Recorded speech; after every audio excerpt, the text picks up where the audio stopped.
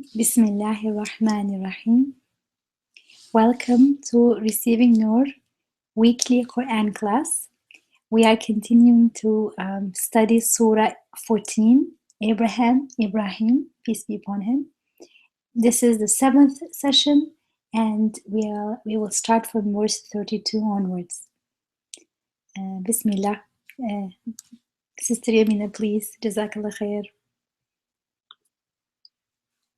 أعوذ بالله السميع العليم من الشيطان الرجيم بسم الله الرحمن الرحيم الحمد لله رب العالمين والصلاة والسلام على سيدنا محمد وعلى آله وصحبه أجمعين السلام عليكم ورحمة الله تعالى وبركاته. So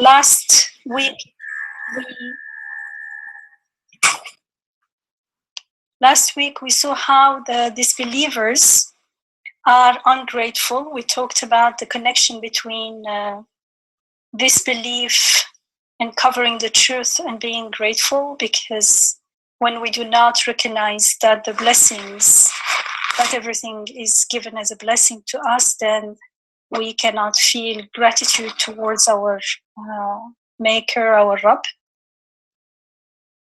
So we saw how the disbelievers are ungrateful and ascribe partners to God. At the very end, it was about shirk and ascribing partners to God. And why? There were whole passage about why people find themselves in that situation. And we concluded that it was ultimately choice. Human beings have been given free will, and they can choose, as simple as that. So for instance, they can choose to recognize the blessings as gifts and be grateful to the giver of the gifts, or they can choose to focus on the blessing themselves and not bother about how they came about, how they reached them. Or they can choose to not focus on the blessings at all and focus on what they think is missing in their life and spend their life complaining. And people can choose to recognize their deep longing for meaning, for purpose and lastingness, and they can pretend that they don't care and live mindlessly as though there were no death. So there are those who choose to confirm their fitrah, that longing for meaning, for purpose, for lastingness, and follow divine guidance. They feel the need for divine guidance, and therefore they search for it, they seek it, and when they find it, they recognize it, they are grateful for it, and they follow it and live by it. That divine guidance within us and without. In the world, and in the scriptures. And therefore, they choose to live mindfully in gratitude to their Rabb.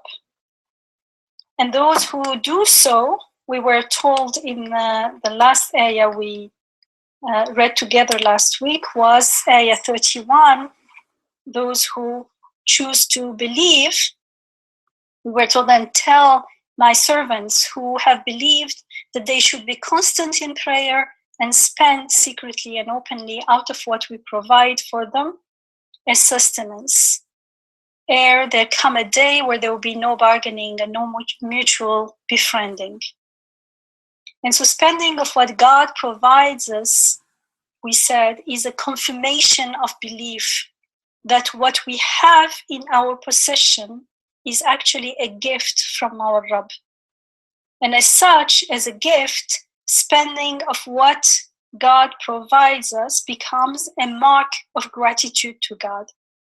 It is a mark of being aware that God is the one and only creator, the sustainer, the provider, and that what I am giving, is not mine, it is given to me.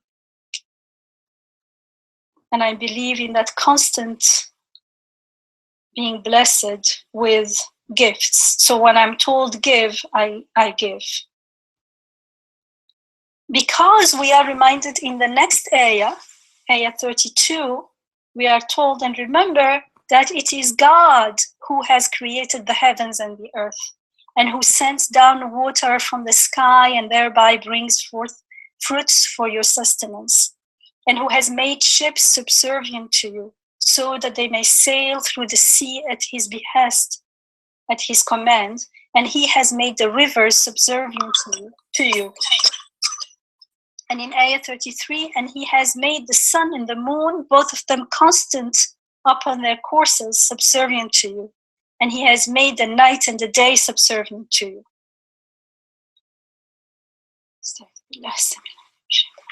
الله الذي خلق السماوات والأرض وأنزل من السماء ماء فأخرج به من الثمرات رزقا لكم وسخر لكم الفلك لتجري في البحر بأمره وسخر لكم الأنهار وسخر لكم الشمس والقمر دائبين وسخر لكم الليل والنهار.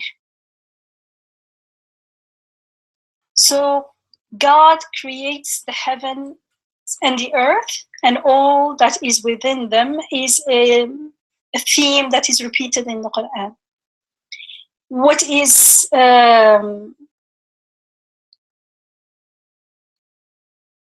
what attracts the attention in these two ayats is the word taskhir, sakhara lakum. وسخر لكم الفلك وسخر لكم الأنهار وسخر لكم الشمس والقمر وسخر لكم الليل والنهار. 4 times. So this, he made subservient to you. He's the one who subjugates things to you. يسخر لنا everything. He subjugates everything to us. This emphasis on taskhir is very important, because once we accept the existence of God, we're still exposed to the problem of shirk, as we keep repeating. And as the main theme of the Quran is Tawheed, because Tawheed is not just to claim that God created everything, but is to believe in God without any shirk, without attributing any partner to him in his creativity, in his power, in any of his attributes. So for instance, we may attribute our actions to ourselves without even questioning it, without even thinking about it. We just take it for granted. We think we are believers, or we claim we believe ourselves to be believers in God, yet at the same time, it feels like we are creating things, we are doing things, we are bringing about results in the world. We are making changes, at least in our small little world. Or we may attribute power of creativity and agency to the so-called natural phenomena, to laws and causes rather than God. And that is where shirk starts.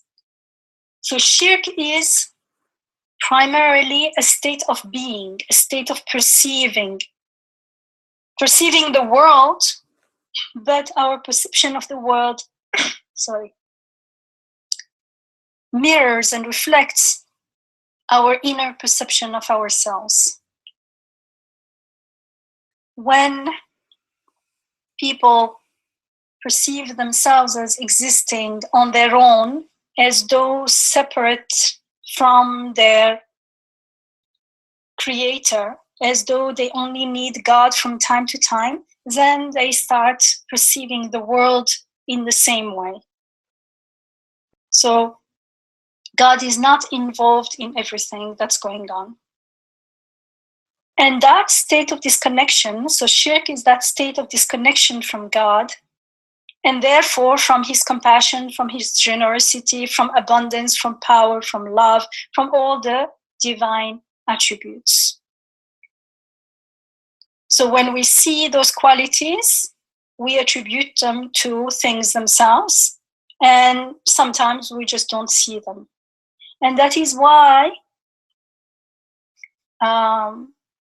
when people live in that state of disconnection, in that state of shirk, and I'm talking about state of shirk, but we could be not living there 24/7. We could go there and in and out of it. But while in a state of shirk, while in a state of disconnection from our Rabb, then it is often people are going to experience fear, anxiety, despair, jealousy, greed. All those emotions are more likely to thrive when we live mindlessly in a state of shirk. Because now we are disconnected from the source of all goodness, of all perfection, of abundance, and we have to fend for ourselves in the world. Life becomes, or it is perceived as, a struggle. And it's might is right. It seems as if might is right, instead of what we are taught in the Quran, that right is might, or there is might in rightness, in justice, in love, in righteousness. So shirk is not primarily a doing, but a way of being, a state of the heart, a state of the ruh, that yields to particular ways of being, particular ways of thinking, of perceiving the world, and therefore of doing. And as I always emphasize, I could be eating halal food, for instance, while committing shirk. And I'm not aware of it, because that's what shirk is. If I'm aware, that would be like not shirk, but maybe more like kufr. I decide I'm not going to believe. So shirk is often committed while we are in a state of mindlessness. But that mindlessness, we are responsible for it, because we are supposed to make conscious, mindful choices in our life. And so, for instance, I could be eating halal food, and I could admire the food itself and for itself, and not grasp that it is a gift from Allah. I may know it as information. I don't deny it. I may even accept it, but it does not permeate my being. I don't feel it in my heart. It does not move me. It does not make who I am. It does not affect my choices in life. And so while I am eating with that state of being, and I don't feel like the food there is an ayah bearing messages from the unseen, witnessing that my Rabb is my provider, for instance, the Razzaq. I can even say Bismillah at the beginning, Alhamdulillah at the end when I eat the food. But what truly counts is what is in my heart when I'm doing that, when I'm saying that. The love for the food itself or for its maker. Do I feel connection with the food only? Am I concerned with the food only? Or do I realize that this is a gift, and therefore it becomes a means to communicate with my Rabb, to be grateful to my Rabb? Am I grateful to the food? Is my attachment to the food, or is it to the provider of the food? And so, as we discussed in many of our classes, superficial belief in God is open to the possibilities of shirk, against which we are repeatedly warned in the Quran, because it is the cardinal, unredeemable sin, because it is the sin that makes us disconnect from our Rabb. So it's very, very important. And that's why in the Quran we are told in Surah An-Nisa, Surah 4, Ayah 116, truly God does not forgive shirk, meaning ascribing partners to God. But he forgives whomever he wills for anything other than that. Anyone who commits shirk has indeed gone far astray. إن الله لا يغفر أن يشرك به ويغفر ما دون ذلك لمن يشاء ومن يشرك بالله فقد ضل ضلالا بعيدا. So we may outwardly say, yes, there is a creator, but that creator is not my Rabb. In my daily life, 24/7, I do not interact with everything as God, as my creator's creativity. So there is no rububiyyah. I don't see the rububiyyah. Meaning, if I don't see the rububiyyah, there is activity around me, but I perceive it as lots of things are happening to me. They are coming as if from all directions, and I don't know why, and I'm trying to manage them and control them, and when I can't control, I complain, or it just, that's how it is. That's how life is. So what matters is what is going on for me right here and now. How do I perceive myself and the world? How do I perceive my interaction with everything else? How do I feel about them? Do I feel lonely, like an orphan, no support, no grounding, and extremely vulnerable? And that's why we don't want to stay in that state of mindfulness, because it reminds us of how vulnerable we are. And there, that's the وَهَدَيْنَاهُ النَّجْدَيْنِ. We are guided to two paths. We can choose. It's up to us to choose. Either to accept that I am an abd, a vulnerable abd, very needy abd,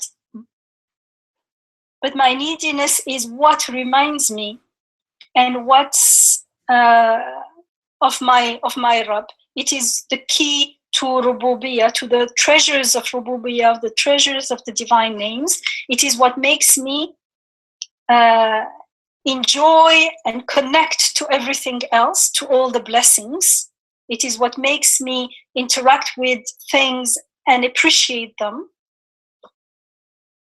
And of course, this is what the beginning of doing the work of getting acquainted with who we are and therefore who our Rabb is and what we're doing in this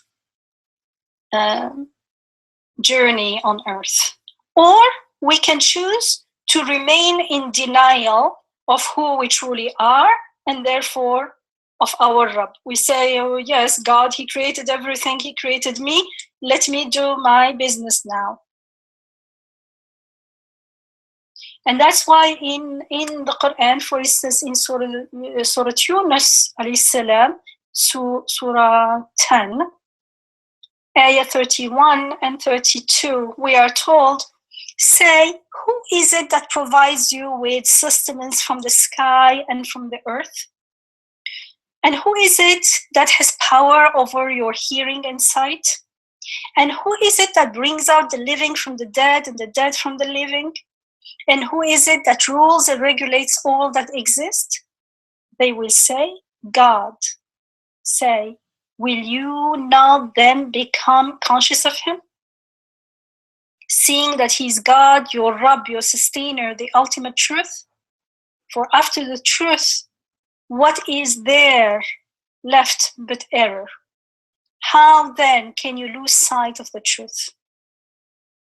قل من يرزقكم من السماء والأرض أم من يملك السمع والأبصار ومن يخرج الحي من الميت ويخرج الميت من الحي ومن يدبر الأمر سيقولون الله فقل أفلا تتقون فذلكم الله ربكم الحق فماذا بعد الحق إلا الضلال فأنى تصرفون. So why do we lose sight of the truth? Because we lose sight of the fact that right now, right here and now, we are being sustained in life, that we cannot even take care of our breathing. Yet we claim our life as ours to do whatever we wish with it, and we take pride in our so-called successes because we attribute power to create to ourselves. And as Ibn Ata'illah al-Iskandari rahimahullah, he says, the mark, the sign, the indication that you are attributing your actions and your successes to yourself is that you are so sad and you despair when you fail. So we have this tendency to become proud of our successes because which is an indication that we attribute power to create to ourselves. And that's why we've been given all this life, and we've been given the ayat in the creation, and we've been given the Quran to make sense of everything, so that we work on ourselves and we work on purifying our claims and become aware of them and let go of them and submit and surrender to God alone and prostrate before Him. Subhanaka. Glory be to you. No one can create anything except you. You are the creator of the heavens and the earth and everything around within them. And you are the one who made everything subservient to us. You are the one who sakhara lana everything. Because otherwise we wouldn't be able to make anything. And look at this beautiful ayat in Surah Al-Waqi'ah, for instance, which is Surah 56, starting from ayah 61. We are told, and you are indeed aware, and since you are indeed aware of the miracle of your coming into being in the first instance, the birth of a being, and especially a human being, is just wondrous and amazing and awesome. It leaves us in awe if we truly reflect and ponder and contemplate it, rather than just pass by it and say, okay, I know, yes, a child is born, a new life is born, came into existence. So, and since you are indeed aware of the miracle of your coming into being in the first instance, why then do you not bethink yourselves? Why then do you not reflect? Have you seen the seed which you cast up in the soil? Is it you who causes it to grow, or are we the cause of its growth? For were it our will, we could indeed turn it into chaff, and you would be left to wander and lament. Have you ever considered the water which you drink? Is it you who cause it to come down from the clouds, or are we the cause of its coming down? It comes down sweet, but were it our will, we could make it burningly salty and bitter. Why then do you not give thanks? Have you ever considered the fire which you kindle? Is it you who have brought it into being, who have brought into being the tree that serves as its fuel?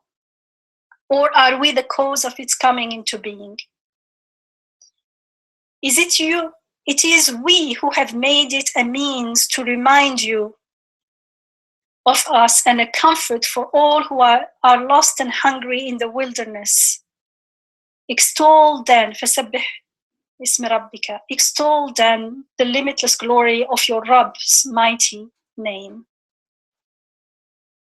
So وَلَقَدْ عَلِمْتُمْ النَّشْأَةَ الْأُولَى فَلَوْلَا تَذَكَّرُونَ أَفَرَأَيْتُمْ مَا تَحْرُثُونَ أَأَنْتُمْ تَزْرَعُونَهُ أَمْ نَحْنُ الزَّارِعُونَ لَوْ نَشَاءُ لَجَعَلْنَاهُ حُطَامًا فَظَلَلْتُمْ تَفَكَّهُونَ أَفَرَأَيْتُمُ الْمَاءَ الَّذِي تَشْرَبُونَ أأنتم أنزلتموه من المزن أم نحن المنزلون لو نشاء جعلناه أجاجا فلو لا تشكرون أفرأيتم النار التي تورون أأنتم أنشأتم شجرتها أم نحن المنشئون نحن جعلناها تذكرة ومتاعا للمقوين فسبح باسم ربك العظيم. Make تسبيح سبحان ربي العظيم. Glorify your Rabb's mighty name. It's very clear in the Quran. It says, are you the ones who are making it? But we claim the harvest, we claim everything in our life. And we are also asked to observe the world and reflect and ponder and decide. In Surah Al-Fatir, Surah 35, Ayah 40, we are told, say, have you ever considered those beings and forces to whom you ascribe a share in God's divinity? In those أَرَأَيْتُمْ شُرَكَاءَكُمْ, all these things that you are imagining have some power besides God, and whom you invoke besides God, show me what it is that they have created on earth. Or do you claim they share in governing the heavens? Have we ever vouchsafed them a divine writ on which they could rely as evidence? Nay, the hope which the wrongdoers hold out to one another is nothing but a delusion. But it does seem like if we had power, money, status, there are so many idols and so many things that we make shirk with, because we think without them, it can't be. And we talked about it. It doesn't mean that they won't be there. It's like the example of the water is given in the Quran many times. But it is God gives life with water, lifeless water, lifeless, unaware, unconscious, weak, without water, without intelligence, without knowledge, without power, cannot give life to anything and cannot work in any being. And yet we see it as if it's doing it. So either we take it for granted that life, water is the source of life, or we stop, as it says here, show me what is it created, what can it create.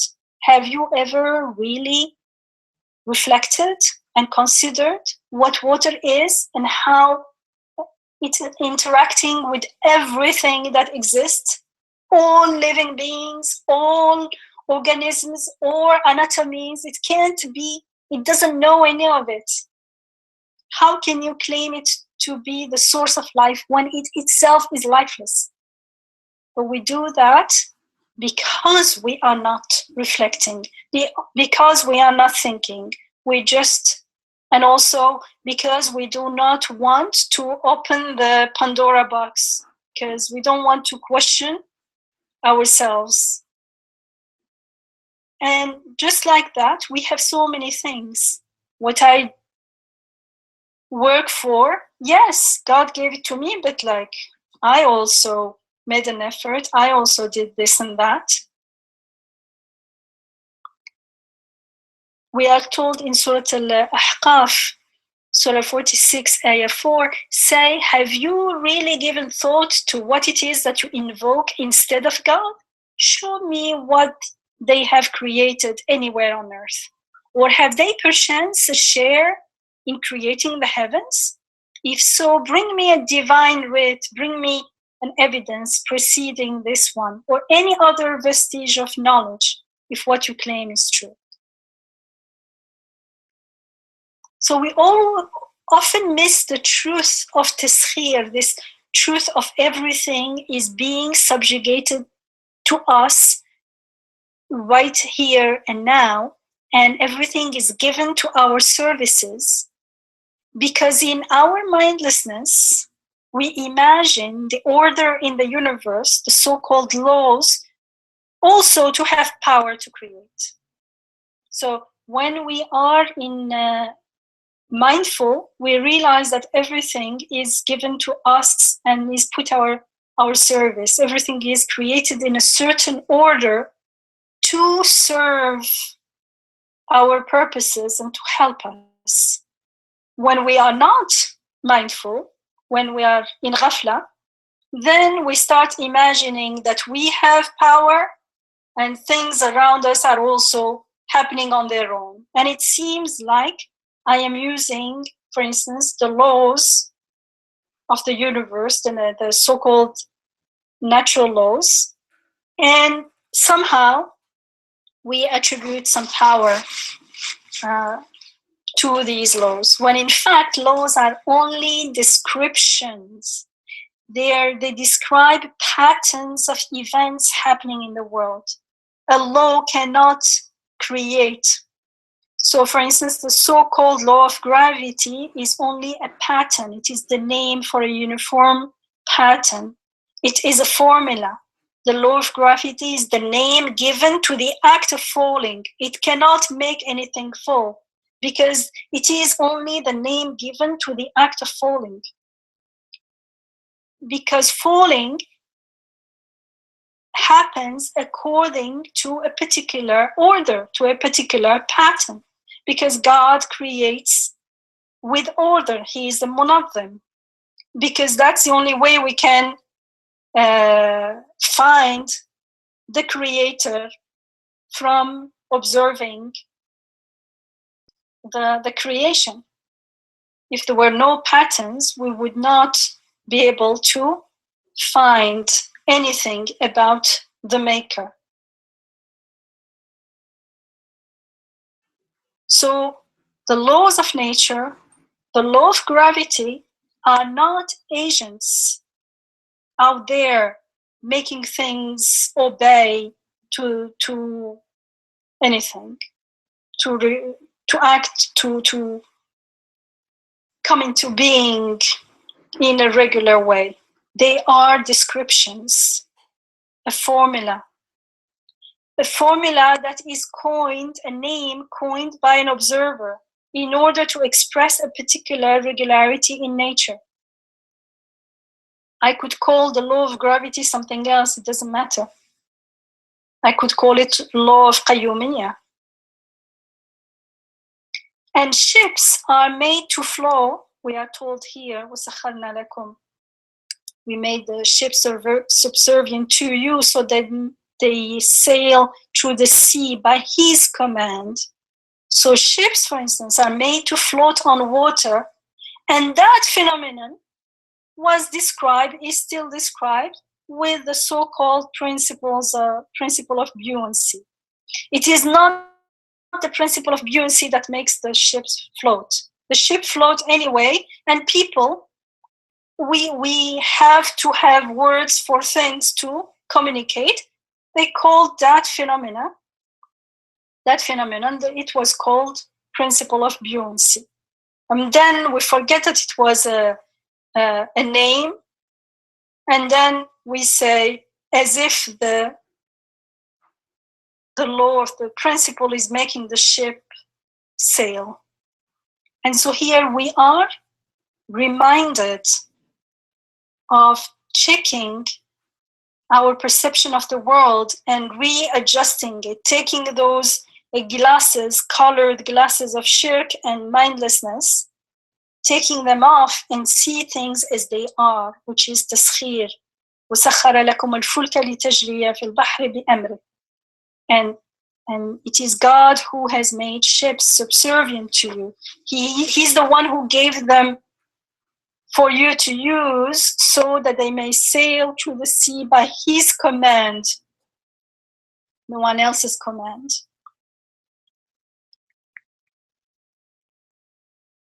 And so when we attribute power of agency to names, which were coined to describe something, then we start taking things for granted. And we say it's just happening, that is ship, it's because it's a ship, of course, everything floats. It's the law of whatever it is, and that's it. That name becomes like a cover to the taskhir, to the making things subservient to us, subjugating things and putting us at our service. And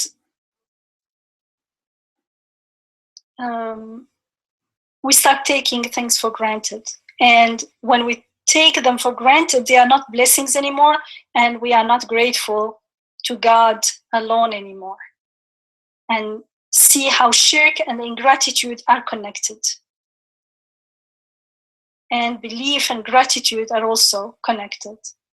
And in fact, in the Quran, we know that not only the sailing of the ships, but even the construction of ships themselves is inspired by our Rabb, who is the maker and the creator of everything. And the evidence is that we have to follow the existing order for things to work. As we know from the story of Nuh alayhi salam in Surah Hud, Surah 11, Ayah 37, we are told, who Nuh alayhi salam is told, واصنع الفلك بأعيننا ووحينا ولا تخاطبني في الذين ظلموا إنهم مغرقون. واصنع الفلك بأعيننا ووحينا. Built under our eyes, meaning under our protection, under our supervision, and according to our inspiration. Built the ark under our supervision and according to our inspiration. So Nuh alayhi salam is shown, inspired, not only to build the ark, but how to build it. Because if we were the creators, we would not have the need to search for the existing order and follow it. We would just say be and it is. But if I have to search for the order and follow the order, I am not the creator. Even for something very simple, seemingly simple, actually the laws and the order involved are universal. To achieve a particular consistency in a cake, you want your cake to be have more moisture, or to be drier, for instance. Then you have to mix the ingredients in a particular measure and bake it in a particular way too. You can't do it randomly and expect the result that you are looking for. You bake it a few times. This time it's drier. Let's bake it less. Let's bake it more. Let's put a little more oil, less oil. And that's how we search and we experiment. And we do something similar in the lab. It means people only follow the already established order. And this order is established by the creator. Whoever created the heavens and the earth is the one who established the order and made everything subservient to us. As in anyone who thinks the other way we are reminded in Surah Al-Baqarah, the story of a king with Ibrahim alayhi salam.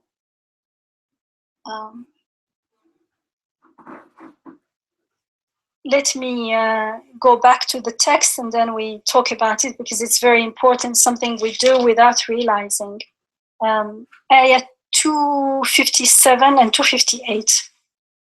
God is near unto those who have faith, taking them out of deep darkness into the light, whereas near unto those who deny the truth are the powers of evil that take them out of light into the darkness deep.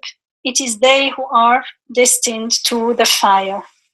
So I started from 257 to have a context, and then it carries on saying, are you not aware of that king who argues with Ibrahim alayhi salam about his Rabb? And I started with 257 because it starts with the light. God takes the believers from darkness into light. And if you remember, this is how this surah, Surah Ibrahim, Surah 14 started, Alif Lam Ra, كتاب أنزلناه إليك لتخرج الناس من الظلمات إلى النور بإذن ربهم إلى صراط العزيز الحميد. Alif Lam Ra, a book, a scripture which we have sent to you in order that you may bring forth humankind by their sustainers' permission out of darkness into the light. And it carried on the mission of the prophets later, the mission of Muhammad alayhi salam and Musa alayhi salam was all primarily described as bringing people from darkness into light. And right after this, in Surah Al-Baqarah, we are told, are you not aware of that king who argued with Ibrahim alayhi salam about his Rabb, simply because God has granted him kingship? Lo, Ibrahim said, my sustainer is he who grants life and deals death. The king replied, I too grant life and deal death. Ibrahim said, truly God causes the sun to rise in the east. Cause it then to rise in the west. Thereupon, he who was bent on denying the truth remained dumbfounded, for God does not guide people who deliberately do wrong. And this is very, very, the story is, we are told that, so Ibrahim alayhi salam is telling this king, my Rabb is the one who grants life and deals death. And the king is saying, I also grant life and deal death. And how does he do it? He calls two prisoners, and he has one ordered to be killed, and he says, you see, I also grant life. He did not create life. By not taking his life, he says, I spared his life, therefore I granted him life. And I had the other one killed according to, of course, following the laws of death. And he says, you see, I deal death as well. You see how superficial his understanding, the king's understanding, because it's coming from a place of the ego. He can't see, he can't perceive the reality of what's going on because he's so engrossed in his misperception of who he is and what he's doing. And subhanallah, Ibrahim alayhi salam is inspired to tell him, not to tell him create something from nothing, create, say be and it will be. No, he's only asking him not to follow the already set existing order. If he's truly making things, he shouldn't need the existing system. So he's telling him, he told him, okay, God causes the sun to rise in the east. You don't create a new sun or anything, or a new earth. Just make it, cause it to rise in the west. What does it mean? Does it obey you? Do you have any control over it? Can you say to the sun, sun, today you rise in the west? Just like with fire, in the miracle of fire with Ibrahim alayhi salam, God said, Ya naru kuni bardan wa salama. So fire normally, we are used to it, burning. It burns at God's command. That's why when God says, do not burn, it stops burning. But when we do not reflect on the creation, we take it for granted that fire burns. And so we never see the divine power and compassion, because fire burning is also used for many, many benefits as well. We don't see the power, we don't see the mercy and compassion and generosity involved in that burning, because we think that fire itself is burning. And that's a mirroring of how we perceive ourselves. So it's amazing how here he's saying, it's not asking him to create something new. He said, truly God causes the sun to rise in the east, cause it then to rise in the west. Because the king's very childish reasoning is like someone saying, I create light and I'm going to demonstrate it to you. I go and put the switch on and say, here it is. Yes, but you didn't create anything. It was put there anyway. You're just using something that's already there. The true creator can only be the creator of everything, and the creator of everything can only be the owner, the holder of the command be and it is. كن فيكون. إذا أردنا شيئا نقول له كن فيكون. But unfortunately, this is a mistake we often make, because in our mindlessness, that's how we perceive things. And that's exactly what the Quran is. We are asked to revise our perceptions, to question them, to take off those shirky glasses. And that's why we need to renew our iman and reflect on the creation in order to practice tasbih, sabbih bismi rabbika al-azim. That sabbih bismika al-azim came after all that questioning. If I truly go and look at the water, look at the fire, how it is kindled, and truly start feeling in my heart that truly, truly, these are all ayat indicating the power and the knowledge and the creativity of God. He is truly our Rabb. Then when I will say Subhana Rabbi al-Azim from my heart, with all my being, not only a tongue. When my tongue says Subhanallah, it is supposed to be a reminder, but it's dhikr. It's going to remind me of what? It's going to remind me of something that I experienced, that I lived, that I tasted. I tasted the divine names in those passages describing something going on in our life on a daily basis. And then we make istighfar because we keep forgetting. The more we make istighfar, the less likely we are to forget.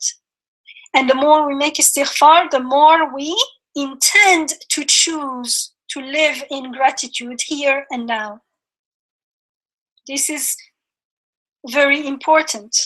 Whenever personally I find myself procrastinating, and what wakes me up from that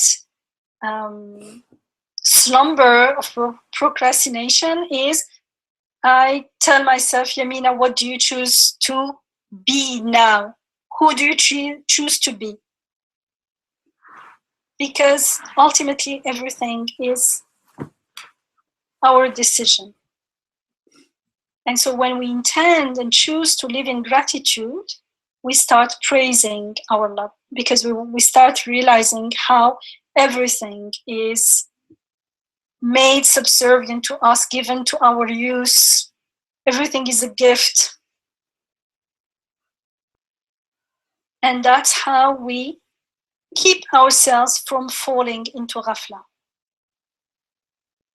And that's how the people of God, we are told, يَتَفَكَّرُونَ فِي خَلْقِ السَّمَاوَاتِ وَالْأَرْضِ سُبْحَانَكَ. They say, you have not created this in vain. They are always in a state of tafakkur, in a state of looking around and reflecting. And when they are not, they remember, when they are not looking out, they are looking in and remembering. Subhanaka ma khalaqta hada batila. Subhanaka. Glory be to you. You have not created anything in vain. Everything is created on purpose. Otherwise, if we do not do this constant tasbih and istighfar and hamd and shukr, glorifying God and asking for forgiveness and repenting and intentionally and consciously being grateful and praising our Rabb, then we will fall into ghafla, and then the hearts start hardening, and shirk will seem like the only option, as if it is universal. In Surah Al-Ghafir, Surah 40, ayah 12 to 14, we are told, and they will be told, this has befallen you because whenever the one God was invoked, you denied this truth. Whereas when and when shirk was, when other power was ascribed to anything besides him, you believed. But all judgment rests with God, the exalted, the great. It is he who shows you his wonders and sends down sustenance for you from the sky, but none reflects save except those who are manunib, who turn to God. Invoke then God, sincere in your faith, mukhlisina lahu, in him alone, however hateful this may be to those who deny the truth. ذلكم بأنه إذا دعي الله وحده كفرتم. When God is invoked, that everything is only from one God, some people start feeling like they are disturbed. No, they say, but you need to do things, but like, yes, but doing things is not creating. You do things that part of your prayer to receive something, but you're still not making it. That will be like the king thinking that he's doing something.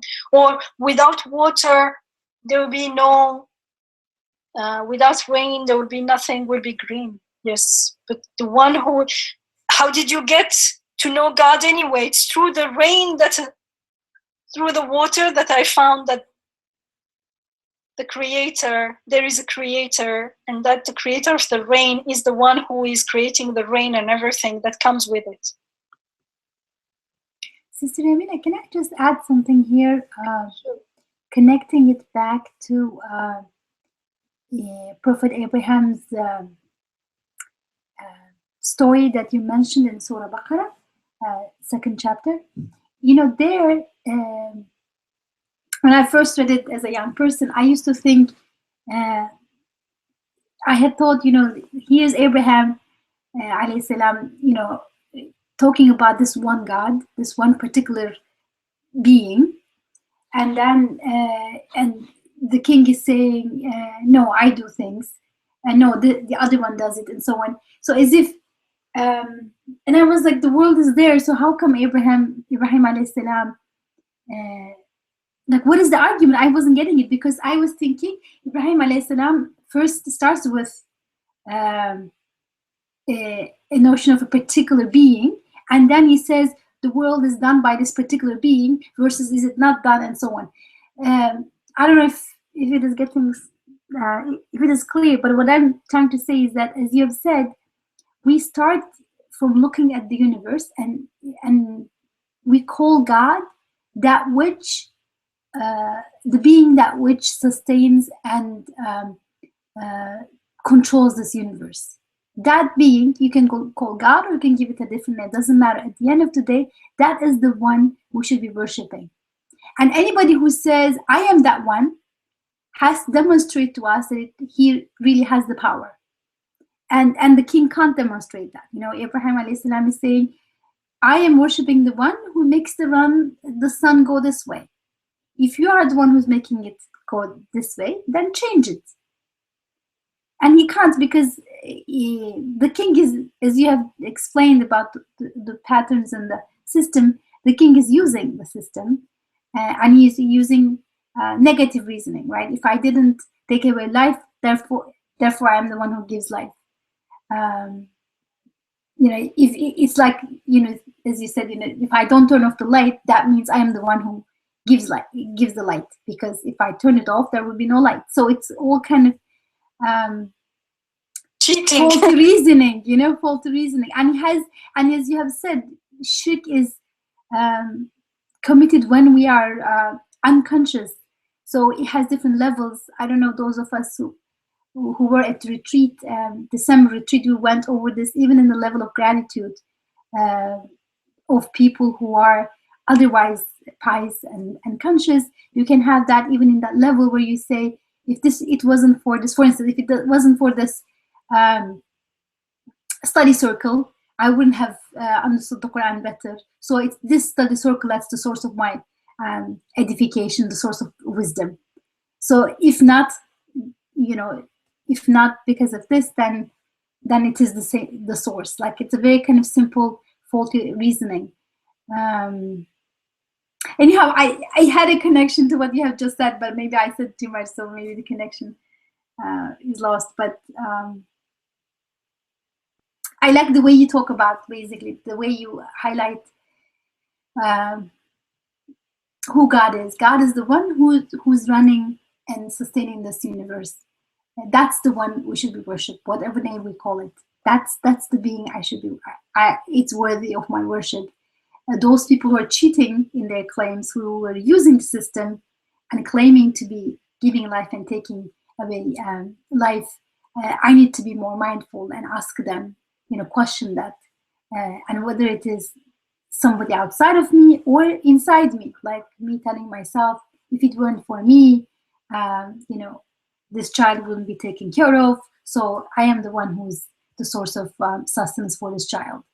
And then whenever I have these ideas, I can push back. My heart can push back and ask, really? Are you the one who's taking care of this child? You don't even know how his life is sustained every minute, every second. You can't even sustain yourself. How can you claim? And so on. That's for me the most powerful thing. What brings me back to reality is when I remember that right now I can't even say I am breathing, because I don't know how it's going on. It's just like my breathing is being sustained right now. That's the most, like, there it is, the evidence. That ego who starts, claiming things, just pulls back in a corner and knows its limits, stops, surrenders. Alhamdulillah. Thank you, Isra. So in Ayah 32, so this was 32 and 33. In Ayah 32, there were twice the Sakhara lakum, and in Ayah 33 also twice, which emphasizes the taskhir, which is not he creates things and leaves them to you. Something also nice, you can see like the beauty of the Quran. In Ayah 32, it talks about water, and we told how water is subjected to our use from three perspectives. It says, and remember, it is God who has created the heavens and the earth, and who sends down water from the sky. So water from the sky, rain, precipitation, which provides irrigation of plants, food, drinking water, feeds back everything, replenishes the rivers and the lakes, and it's part of the so-called water cycle. And then, so he sends down water from the sky and thereby brings forth all kinds of fruits for your sustenance, and who has made ships subservient to you so that they may sail through the sea at his command. The sea, that's also a body of water which provides rizq for sea life. But also here, what is emphasized, it provides the passage of ships, which is trade, interaction between people. And again, it is involved in the water cycle of clouds and rain. and he has made the rivers subservient to you, which means he made them subservient to his laws so that they may be used by you or be of use to you. And the rivers, which again provide irrigation, they are very important for regions lacking water or lacking rain. It reminds me of the Nile. You know, when you fly over Egypt, you see everything is dry, and you see three ribbons. In the middle, a blue ribbon, and on the side, the banks of the Nile, green ribbons, and everything else is just desert, nothing, just brown. Subhanallah, all that life and those civilizations, like for thousands of years, have been watered or sustained through that river, through that water.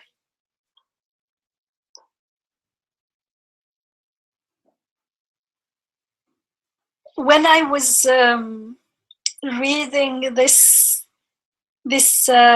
ayah this morning, it reminds me that subhanallah, because we have the three bodies of water, so it reminded me of the water cycle. And can you imagine the water that we drink? We don't know where it was. Could have been in the sea, it could have been in a tree, because you know water goes in trees and then it's they transpire and it evaporates and becomes part of rain. It could have been in anywhere in the world.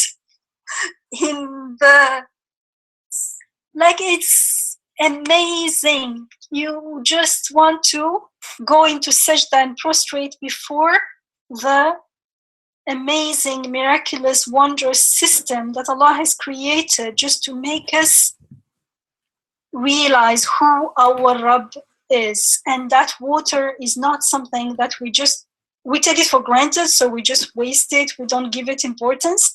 But when we realize that the whole universe is needed, as far as we're concerned, a power that creates and controls everything, only that power can create a glass of water and give it to me for me to use, then we get to know how everything is really, really, really very valuable and sacred. And so our relationship with the blessings is going to be totally different, not only at the physical level, but at a spiritual level. There's meaning, we interact with them, they are messengers from another realm, telling us about things that only our ruh can appreciate. And we start living that gratitude at a much deeper and much more comprehensive level. And so our ubudiyya also is going to expand, inshallah. And that's where the human heart will really find inner peace and satisfaction in saying, when you say God wajilat qulubuhum, the heart will tremble, but in a good way, subhanallah. So that was something I just thought, subhanallah, it's amazing. We just take it for granted. We say water and pass. And that's why in the Quran it says, those who turn their backs to the ayat, the signs of God. And we often do that without even realizing, astaghfirullah. And so in the previous verse, in verse 31 that we ended with last week, and I started with this evening, the believers were asked to remember to pray and share, to pray constantly and share of their wealth with others. And in these verses 32 and 33, or especially let's say 32 so far, the assertion is Like, why are you so neglectful in connection with spending when God is providing for you? Because remember in 31 it was, they spend from what we provide for you. And so here it's showing us how he is providing for us. And if we have a connection, a conscious connection with the ayat in the creation this way, then we won't forget that everything is being provided for us. We only forget because we have no notion. We don't know actually that it is provided. We just repeat it. And when we experience it and live it, it becomes our reality. There's no way we can forget it. And so there is no way I would be giving, because there are degrees, as we said. I could be not giving at all. I could be giving, but giving from my own wealth. And the believer is the one who gives from what is given to him. And that's when we witness and confirm at haqq al-yaqeen, at the level of certainty, that he is the giver, he is the provider, and that we can also witness and believe in akhirah, here and now. So this also reminds us that, just like we said, shirk is connected with ingratitude, practicing gratitude, living in conscious gratitude.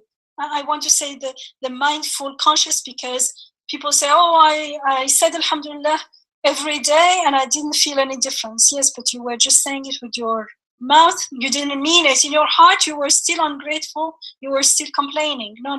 I mean conscious, full, living gratitude to God alone, as much as I can grasp it and encompass it. This is wisdom, as we saw in Surah Luqman alayhi salam. And this is the practicing of, this is the living, practicing Tawheed is this. So it's not like rocket science, gratitude to God alone. And in Ayah 33, we are told, and he has made the sun and the moon, both of them constant upon their courses, their ibain, because they are two here, it's a muthanna, the jewel, subservient to his laws, so that they may be of use to you. And he has made the night and the day subservient to you. سخر لكم الشمس والقمر دائبين وسخر لكم الليل والنهار. And so here in Ayah 33, we are reminded that it is God who has made the sun and the moon subservient to us, meaning like the earth and the heavens are subjected to certain laws and order, and they serve us under these laws by God's permission, and therefore all the benefits associated with them are also blessings from God. And we need to appreciate how our lives are connected to those, in this case, seemingly remote, the sun and the moon. They seem to be very remote for us, but they are part of everything. And without them, for instance, without the sun, many things would not be as they are now.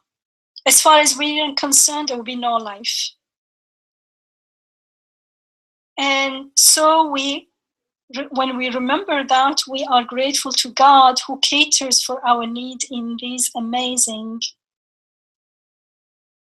ways, in incredible ways, in ways that we find so they stretch our mind so much that we can't even imagine it. Only the heart can feel it. And so God subjects, we are told, all these things to his laws of providing and generosity and mercy for our benefit, so that we may be grateful to him alone and worship him alone. And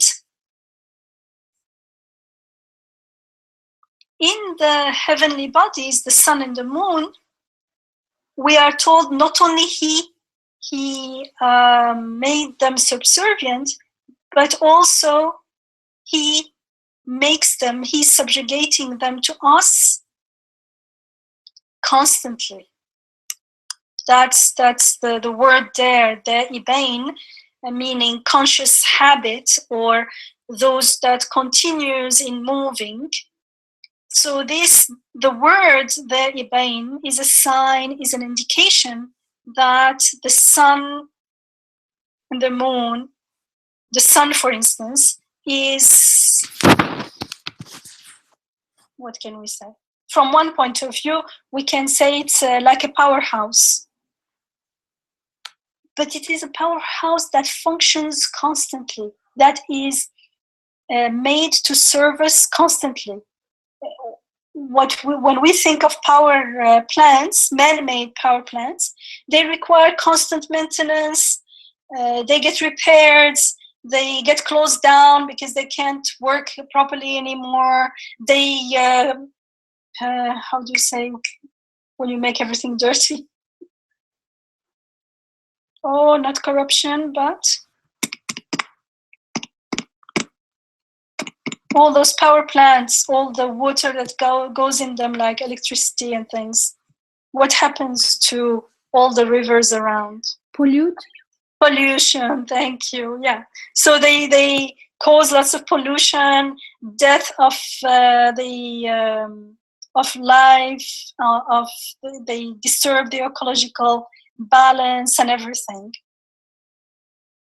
But these are given to your service, and da'ibain. They are constantly there. That makes us like stop and think,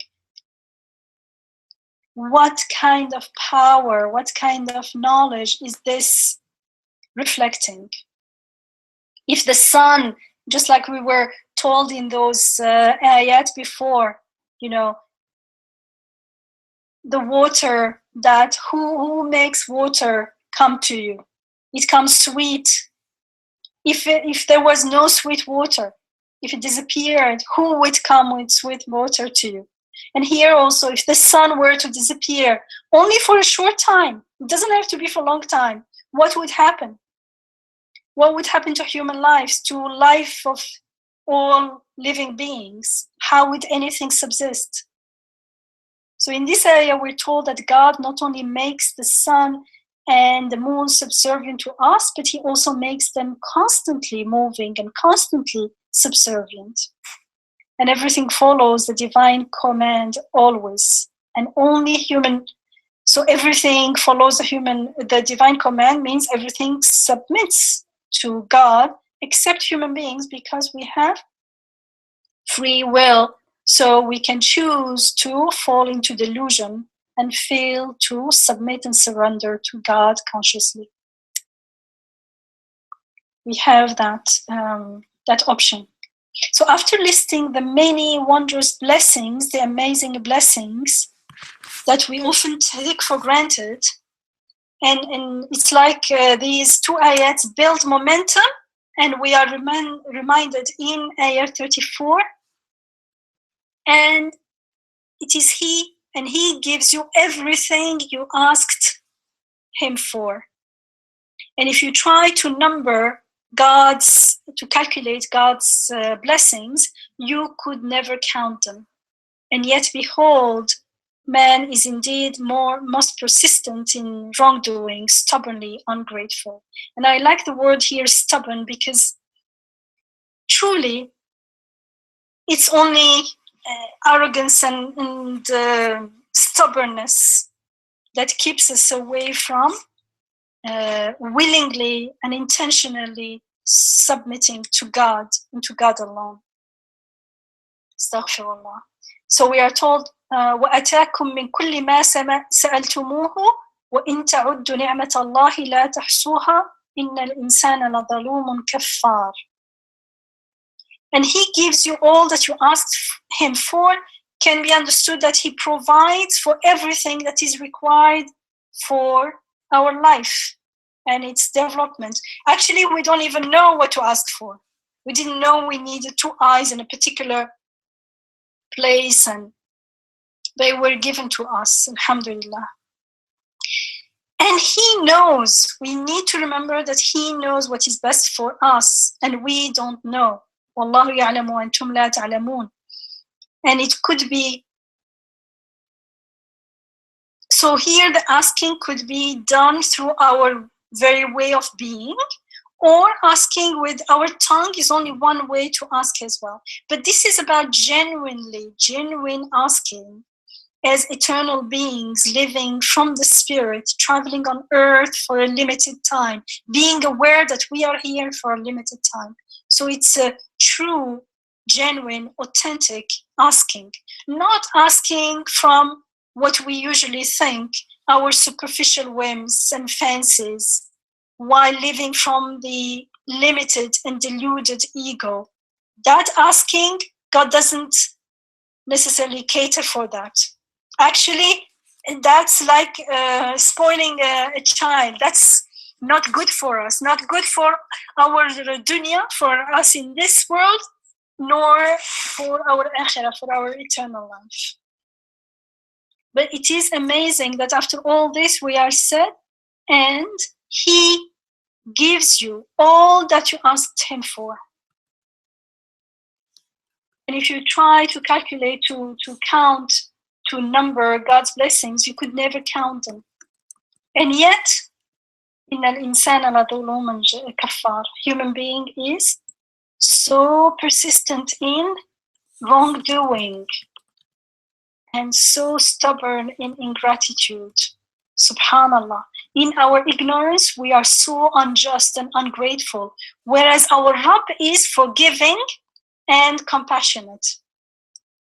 Al-insan, human being, is inna al-insana ladhalumun kaffar, but when it comes to God, inna Allah laghafurun rahim.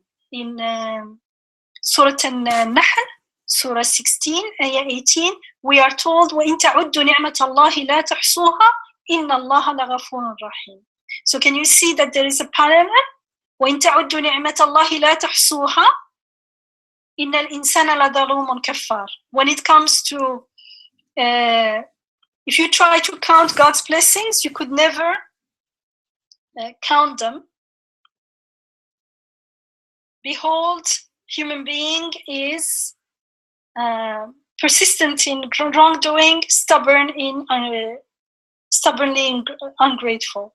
The same sentence, phrase, إن تعدوا نعمة الله لا تحصوها, is repeated in another, in Surah An-Nahl, Surah 16, Ayah 18, but it ends with not about human being, but about God saying, indeed, truly, God is Ghafurun Rahim. He is much forgiving, very merciful. Subhanallah. So we can juxtapose them. God is so forgiving and so merciful, and human beings are mostly so wrongdoers and unjust and ungrateful. Subhanallah, astaghfirullah. And in Arabic here there is إن تعدوا نعمة الله لا تحصوها. In English, count, calculate, all of them. تعد means counting, but إحصاء, when تحصوها, it's to count as well, but it's to count accurately, in a way that you leave nothing out in the process. So it says, if you start counting, you can never count everything accurately and leave nothing in the process. Why? Because God's blessings are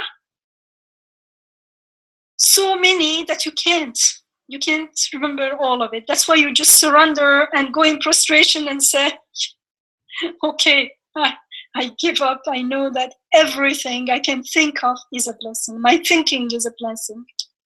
My breathing is a blessing. My being here and in prostration is a blessing. My being able to be grateful is a blessing. So we're told, if you were to count God's blessings, we'd never be able to do so, because God's blessings, and I don't mean only material, but immaterial as well, spiritual, everything we can think of, are so many. They are so widespread. They're so comprehensive. They encompass everything throughout our lives, everything, that it can never be counted. Subhanallah, beautiful ayah. And still, despite all these countless favors and blessings, we often forget them and focus on what we perceive as missing in our mindlessness. When we forget the purpose of life, when we forget the purpose of being here on earth, and especially we forget that because we forget that we are here on a temporary journey, that life is passing, that everything shall pass except God's countenance, except the aspect of things that looks to the divine names, that looks to Akhirah. And that is why we end up insisting on remaining ungrateful, which leads to fear, to greed, and aggressing the rights of others, and to oppression and injustice. Whereas if we choose to live in gratitude, we'd realize how blessed we are. We would realize the abundance in everything. It becomes easy and a pleasure to share, because sharing itself will be a reminder of the blessings, and we will be open to receive more blessings, and the blessings would increase, as we were told in ayah 7 of this surah, Ibrahim, surah 14. Remember, وَإِذَا تَأَذَّنَ رَبُّكُمْ لَإِنْ شَكَرْتُمْ لَأَزِيدَنَّكُمْ. Once your sustainer made known, if you are grateful, I shall most certainly give you more and more. Subhanallah. So gratitude is the key to worshipping God alone. Grateful to God alone, then you are worshipping God alone. It means that there is no shirk. The more we are grateful to God alone, the more the door, the holes for shirk to creep in are closed. And when there is no shirk, there is no injustice. When there is no shirk, there is no oppression. Then the next ayah is ayah 35 and 36 is a beautiful ayat. I'll stop there. And it's about Ibrahim alayhi salam praying to his Rabb. And so we learn how to pray from Ibrahim alayhi salam. Remember, this surah is named after him, the father of Tawheed.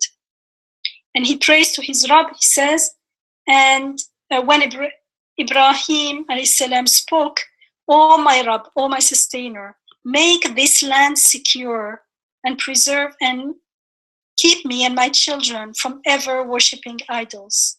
O my Rabb, O my sustainer, these idols, these false objects of worship, have led many people astray. Therefore, he who follows me is truly of me, and as of him who disobeys me, you are truly much forgiving, much compassionate, merciful." And he says the same thing. إِنَّكَ لَغَفُورٌ فَإِنَّكَ غَفُورٌ رَحِيمٌ فَإِنَّكَ غَفُورٌ رَحِيمٌ. So he says, those who follow me, meaning, remember, the surah from the beginning is about the mission of the messengers, and following them is to follow divine guidance. So he says, if you follow me, Ibrahim alayhi salam, as the messenger of God, is truly of me, of the believers, of those who follow divine guidance. As for him who disobeys me, the one who does not follow me, what does he say? You are forgiving and merciful. Subhanallah. He doesn't say a human being is really a wrongdoer and is really ungrateful, which is the truth. No, he looks at it, look at the beauty. He looks at it from, he says, God is forgiving and merciful. And it's beautiful because it's nice to remember that when we fall out, and we remember this, and it becomes like that rope that you pull on to go back to that state of of gratitude and asking for forgiveness, inshallah.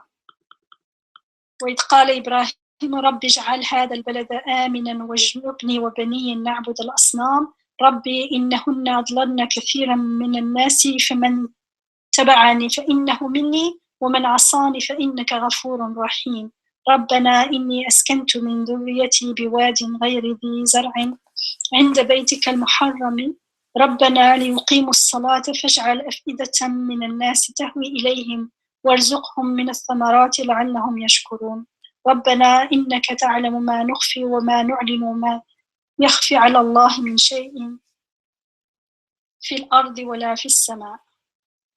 And I'll end with another dua as well from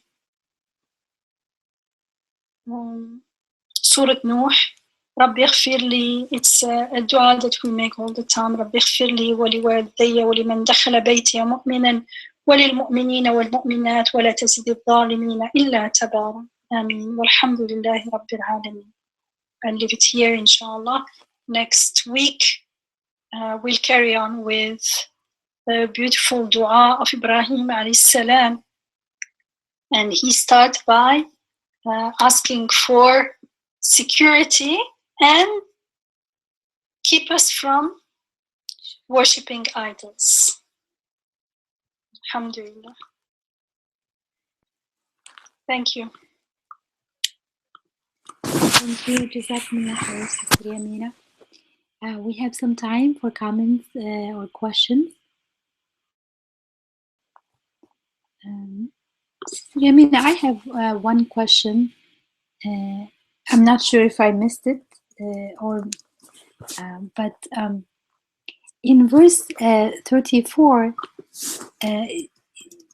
when it says he gave you from all what you asked for, do you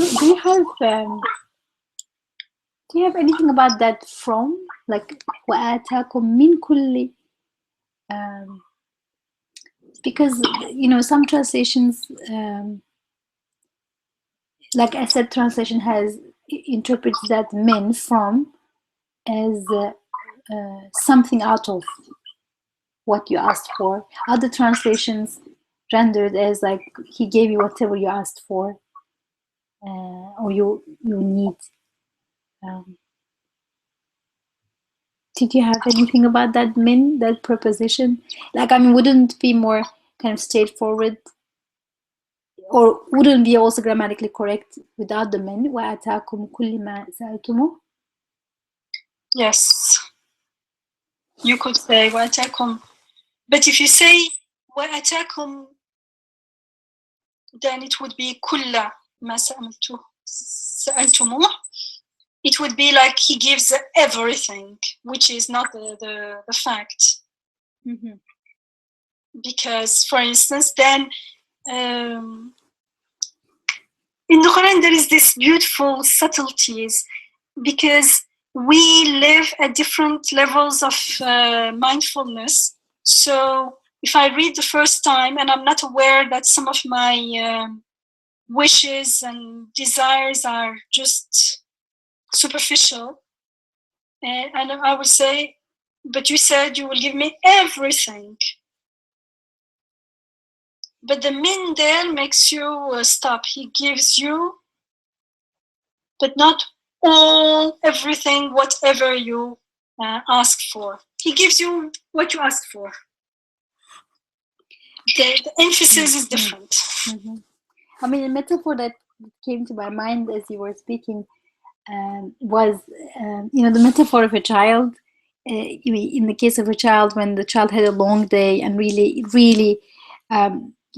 ran around and really got tired, and you look at the child and he's asking for sleep, but then the moment you suggest sleep, he's like, no, I actually need to do some reading or need to watch something. And you're like, yes, and you say, like, you say you need this, but actually you're asking for something else. I mean, your whole being is asking for sleep. And then when you're able to put the child to sleep, he's out in 2 minutes. He's just, snoring in 2 minutes.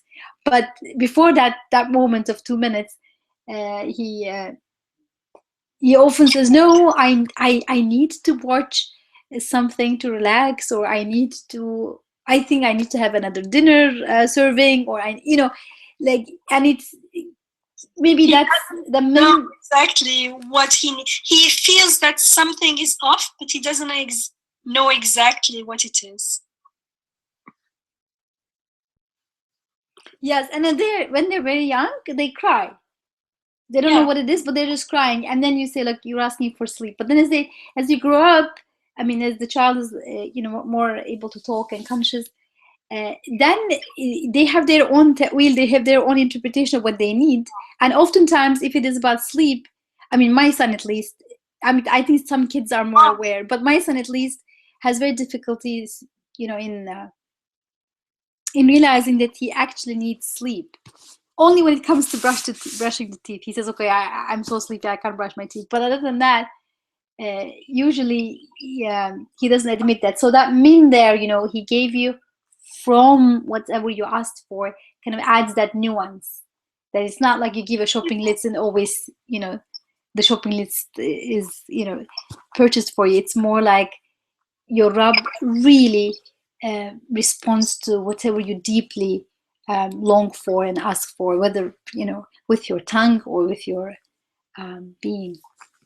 With our being, I mean, lots of people have fears and anxiety, and it's because we do not surrender fully to our Rabb. Therefore, there is that fear of death lurking there, and fear of the future.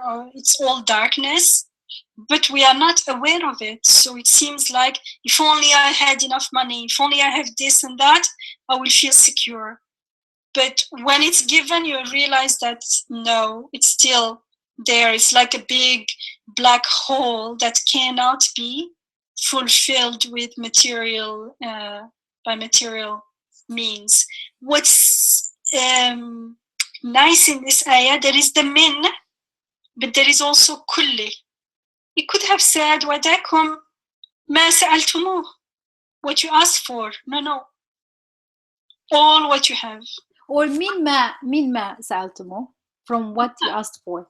Yeah, but so there is the kul, which is everything is taken care of, but there is the min, which is like, stop, it's not all what you think you need, but what you truly need, but you truly want, but what you're truly asking with your being, or you're asking with your tongue.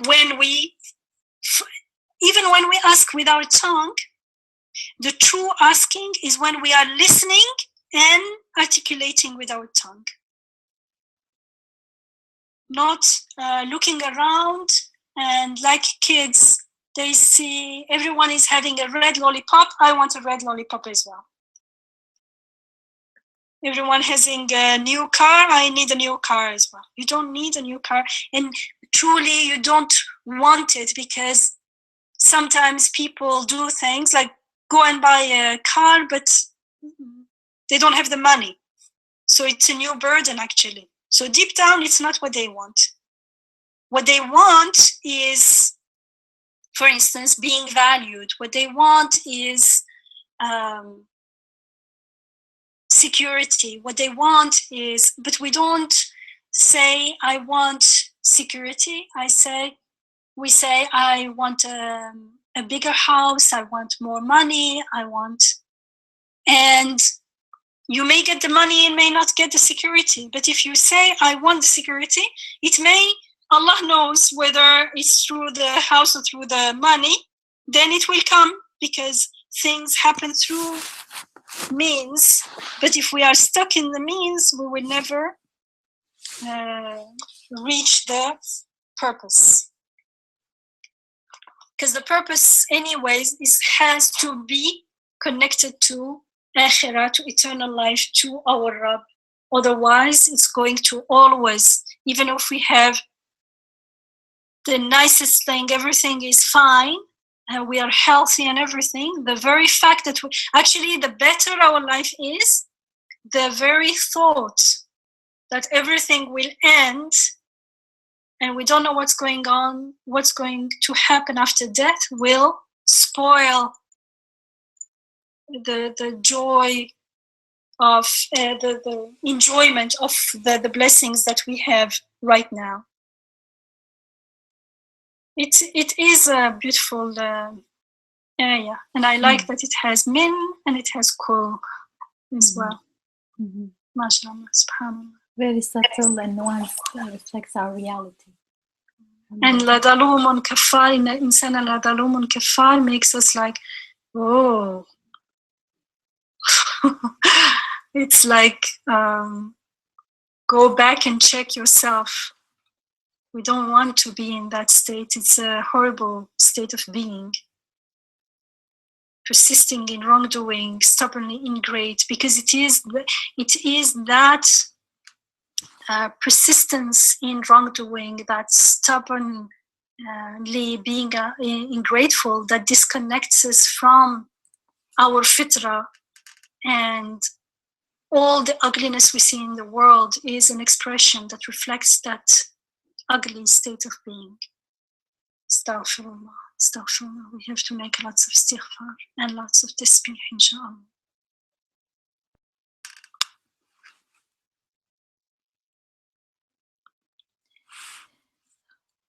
Jazakumullah khair. Is there anybody else who wishes to add anything?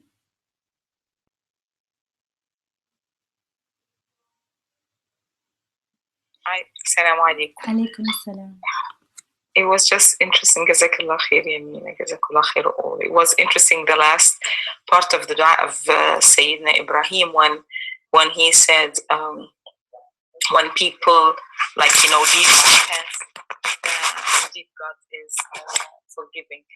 So it's interesting that we could see dhulm taking place, or we can see someone really punishing someone terribly, or being so rough on someone, or people especially came to my mind, I've seen sometimes people punish other people that they are in control of really, really badly.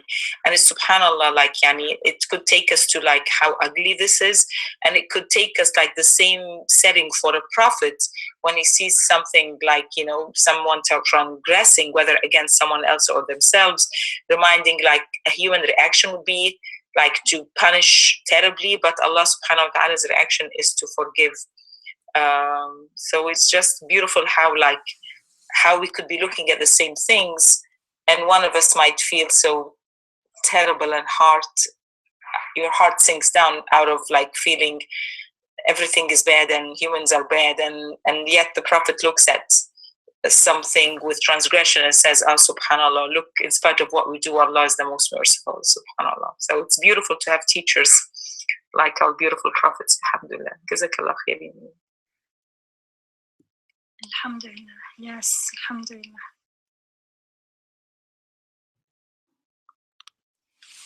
Okay, Jazakallah khair, thank you. And so we stop here for this week. May it be a week filled with great gratitude, and may Allah wake us up from our shirk habits, inshallah, and let's keep each other in dua, and we'll meet next week, God willing. Assalamu alaikum. Thank you. Thank you. Jazakallah khair. Jazakumullah khair, everyone, for joining us. Thank you. Assalamu alaikum. See you next week, inshallah.